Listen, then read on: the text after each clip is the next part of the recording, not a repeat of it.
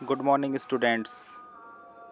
Class 8th की maths में NCERT की बुक से एक्सरसाइज 2.2 के रिक्वायर्ड नंबर क्वेश्चन 8 पर आज चर्चा करने वाले हैं। कुछ क्वेश्चंस की रिक्वायरमेंट हुई है तो उन पर हमें चर्चा करनी है आपसे।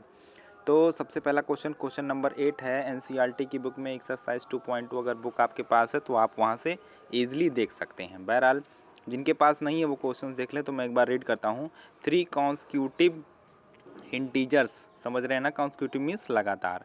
3 constitutive integers are such that, यहाँ पर ये दैट लिखा हुआ है, are such that when they are taken, जब वे लिए गए हैं, इन इंक्रीजिंग ऑर्डर, बढ़ते हुए क्रम में, एंड मल्टीप्लाइड बाई 2, 3 एंड 4।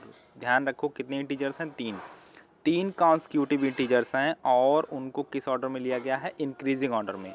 और देन तब क्या किया गया है, मल्टीप्लाई, यानी पहले वाले में 2 से मल्टीप्लाई, दूसरे वाले में 3 से मल्टीप्लाई एंड लास्ट वाले में 4 से मल्टीप्लाई, देन ऐड, और तब उनको ऐड किया गया अप टू 74। तो रिजल्ट क्या मिला, 74।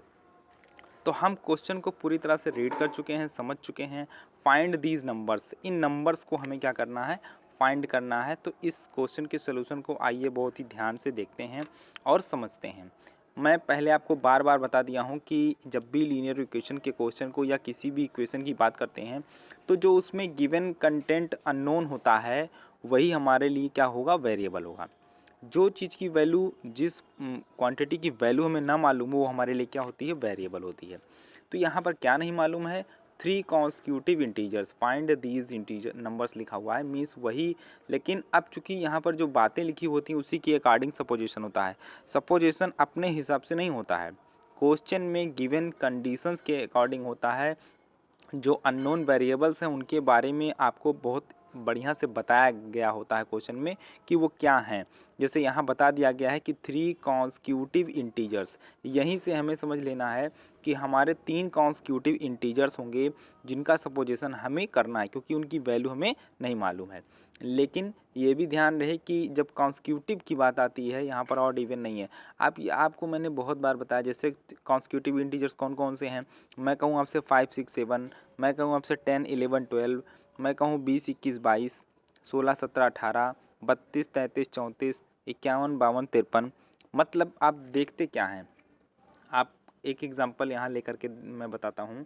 जैसे मैंने नंबर ले लिया कि 12, 13 एंड 14। अब यहाँ पर बताइए कि क्या इन नंबर्स में खासियत है, क्या प्रॉपर्टी, क्या दिख रहा है। इनमें ये दिखता है कि फर्स्ट नंबर जो भी है उसमें हमने 1 ऐड कर दिया तो नेक्स्ट नंबर हमें मिल गया, फिर हमने अगेन 1 ऐड कर दिया, मीन्स डिफरेंस 1 है। ये देखिए आप कॉन्स्टिट्यूटिव में। तो अगर पहला वेरिएबल हम x सपोज करते हैं, यहाँ देखिए, let constitutive numbers, let constitutive numbers are, तो हम फर्स्ट नंबर क्या लिख रहे हैं, x कॉमा, अगला नंबर क्या होगा, अगला नंबर 1 ऐड कर दीजिए, x + 1 होगा। समझने वाली बात है। नेक्स्ट नंबर को फाइंड करने के लिए 1 ऐड करना होगा क्योंकि कॉन्स्टिट्यूटिव है, समझना है। फिर नेक्स्ट नंबर क्या हो जाएगा, अगेन 1 ऐड कर दीजिए, तो x + 1 में आप फिर से ऐड कर दोगे तो क्या हो जाएगा, x + 2 हो जाएगा। मीन्स ये रहे हमारे 3 कॉन्स्टिट्यूटिव नंबर, ये रहा फर्स्ट, ये रहा सेकेंड और ये रहा थर्ड, जिनकी वैल्यू आप वेरिएबल फॉर्म में देख पा रहे होंगे, x, x + 1 एंड x + 2। तो हमने वेरिएबल्स को सपोज कर लिया है। अब फर्स्ट लाइन से ये क्लियर हुआ कि 3 कॉन्स्टिट्यूटिव नंबर्स सच दैट, ये 3 कॉन्स्टिट्यूटिव नंबर्स थे और हमने इनका सपोजिशन कर लिया। ध्यान रहे, फर्स्ट नंबर x है, सेकेंड नंबर x + 1 है, थर्ड नंबर x + 2 है, बिकॉज दे आर कॉन्स्टिट्यूटिव। अब वक्त आया कंडीशन को अप्लाई करने का। कंडीशन को हमने क्या पढ़ा है, when they are taken in increasing order, आपने जो लिखा है वो भी इंक्रीजिंग ऑर्डर ही है, ठीक। और अब करना क्या है, करना ये है कि increasing order and multiplied by 2, 3 and 4। तो देखिए मैं क्या कहता हूँ कि स्टेप फर्स्ट इन्होंने क्या कहा आपसे करने के लिए, स्टेप फर्स्ट में कहा इन्होंने आपसे कि आप इनको इंक्रीजिंग ऑर्डर में लो। तो x हो गया, x + 1 हो गया और x + 2 हो गया। बोलो, इंक्रीजिंग ऑर्डर में ले लिया। ये पहला स्टेप था। अब सेकेंड स्टेप, स्टेप 2, स्टेप 2 में क्या करने को कहा क्वेश्चन ने, क्वेश्चन ने कहा आपसे कि then increasing order and multiplied by 2, 3 and 4 respectively, नहीं लिखा यहाँ पर, आपको समझ लेना है। तो इनका कहने का मतलब है आप क्या करिए, मल्टीप्लाई करिए। स्टेप 2 में क्या करना है, मल्टीप्लाई करना है। किससे, 2 से, 3 से, 4 से रेस्पेक्टिवली। किनको करना है, उन्हीं नंबर्स को करना है। तो ये देखिए फर्स्ट वाले में आपको किससे मल्टीप्लाई करना है, 2 से, तो 2 मल्टीप्लाई एक्स।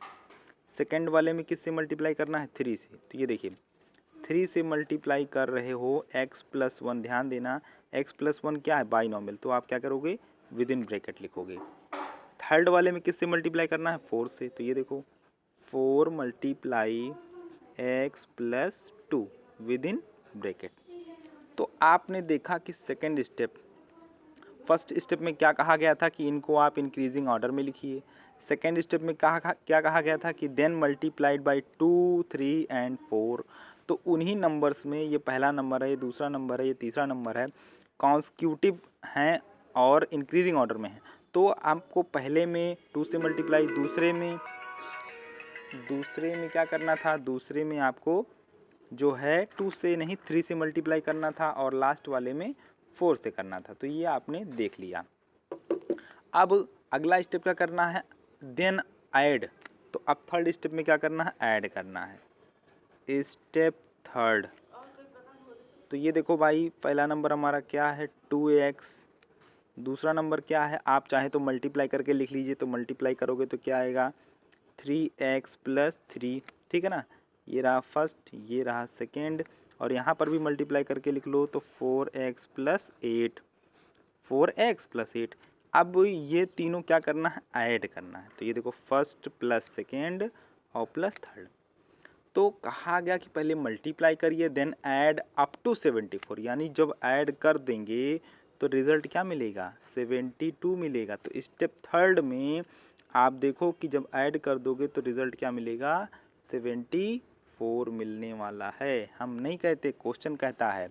तो इसलिए हमने फर्स्ट मल्टीप्लिकेशन के बाद आफ्टर मल्टीप्लिकेशन का जो रिज़ल्ट आया 2, ये फर्स्ट क्वांटिटी, ये सेकंड क्वांटिटी और ये थर्ड क्वांटिटी, तीनों क्वांटिटियों का एडिशन कितना होगा, 74 होगा।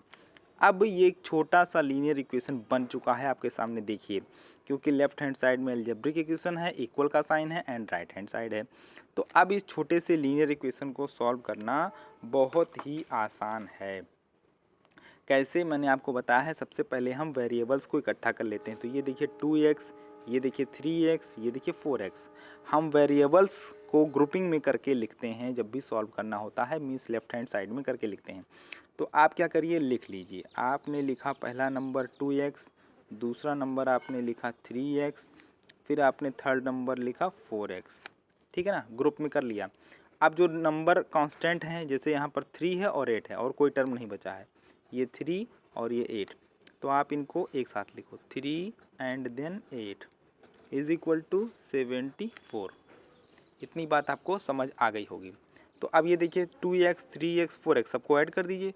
2x में 3x को ऐड किया 5x, 5x में 9x को ऐड कर लिया तो कितना हो जाएगा, 5x में 4x को 9 ऐड कर लिया तो 9x हो गया। और प्लस ये भाई 3 और 8 कितना हो जाएगा भाई, 11 हो जाएगा, इज इक्वल टू क्या हो जाएगा, 74 हो जाएगा।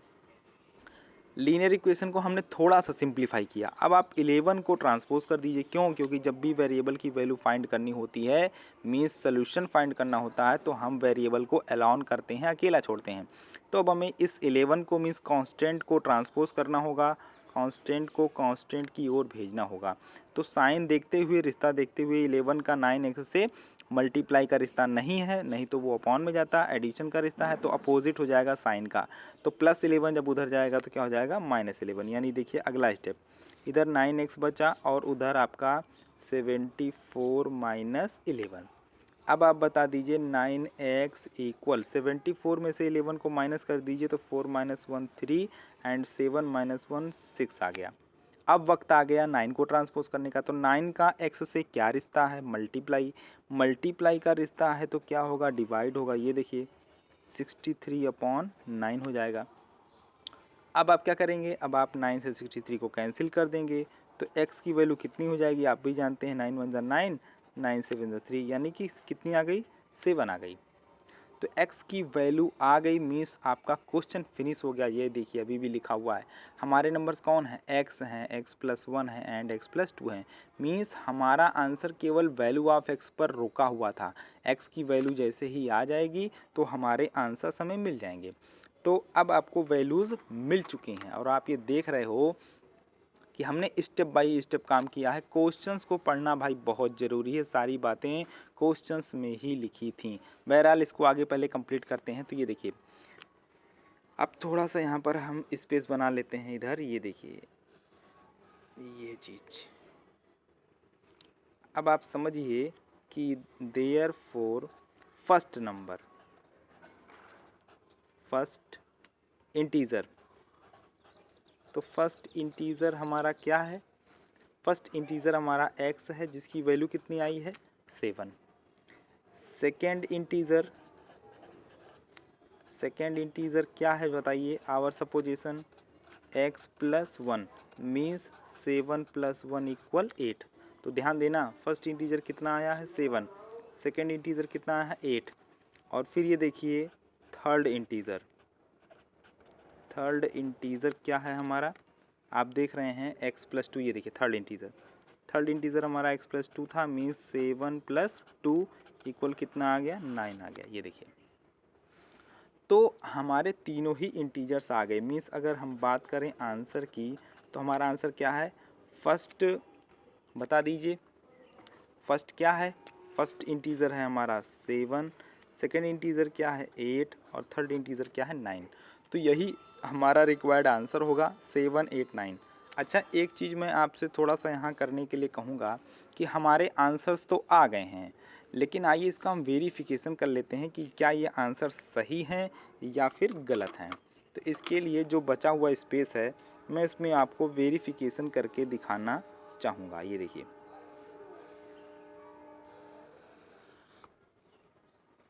आंसर्स हमारे क्या हैं 7, 8, 9। आपको कंडीशन याद है, कंडीशन क्वेश्चन में क्या कही गई थी, कंडीशन ये कही गई थी क्वेश्चन में कि तीनों को आप इंक्रीजिंग ऑर्डर में लीजिए और फिर 2, 3, 4 से मल्टीप्लाई करके ऐड कर दीजिए। लेकिन क्वेश्चन की शर्त क्या है कि 2, 3, 4 से मल्टीप्लाई करके जब हम ऐड करें तो हमारा आंसर 74 मिलना चाहिए। तो आइए इस बात का हम लोग यहाँ पर वेरिफिकेशन कर लेते हैं। तो ये देखिए मैं वेरिफिकेशन यहाँ कर रहा हूँ।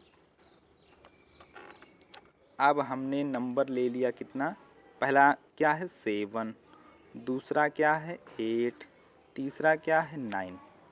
क्या कहा गया था कि 7 यानी पहले में किससे मल्टीप्लाई करना है 2 से, 2 से कर दिया।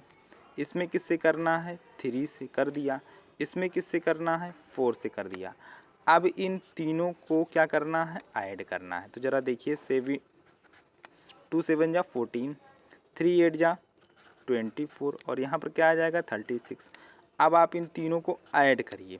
ये देखिए पहला नंबर, दूसरा नंबर, आफ्टर मल्टीप्लिकेशन इनको ऐड करिए। तो ऐड करिए ज़रा 6 4 10, 10 एंड 4 14, 14 का क्या लिखोगे 4, कैरी कितना आया 1, 3 2 5, 5 एंड 1 6, 6 एंड कैरी 1 74। ये देखिए भाई क्वेश्चन ने क्या कहा था कि अगर हम ऐड करेंगे तो हमारा रिजल्ट क्या आना चाहिए 74 आना चाहिए। और आप ये देख रहे हैं कि 74 यहाँ पर अचीव हो रहा है। मीन्स हमारा जो आंसर आया है 7, 8 एंड 9 वो क्या है करेक्ट है। तो इस तरीके से आप शॉर्ट में वेरिफिकेशन भी कर सकते हो क्वेश्चन की कंडीशन, लेकिन समझने का प्रयास करना होगा आपको और उस कंडीशन के अकॉर्डिंग फिर आप वेरीफाई कर सकते हो। तो क्वेश्चन बार बार मैं कह रहा हूँ क्वेश्चन को पढ़ना होगा बहुत ध्यान से और फिर आपको ये एक्चुअल में जवाब मिल जाएंगे। तो यहाँ पर मैं फिर से कहता हूँ 3 कॉन्सिक्यूटिव इंटीजर्स थे और एक छोटी सी कंडीशन थी, उनको इंक्रीजिंग ऑर्डर में लिखिए और फिर उनको 2 3 4 1 बाई 1 मल्टीप्लाई करना। मीन्स पहले में 2 से, दूसरे में 3 से और थर्ड में 4 से, और उनको ऐड करेंगे तो क्या आएगा 74 आएगा। तो ये मैंने स्टेप बाय स्टेप आपको लीनियर इक्वेशन भी बना के दिखाया कि कैसे करना है। फर्स्ट स्टेप में इंक्रीजिंग ऑर्डर में लिखो, सेकंड स्टेप में मल्टीप्लाई कर दो, थर्ड स्टेप में ऐड कर दो। लेकिन उन्होंने क्या कहा है कि ऐड करने पर रिजल्ट 74 होगा।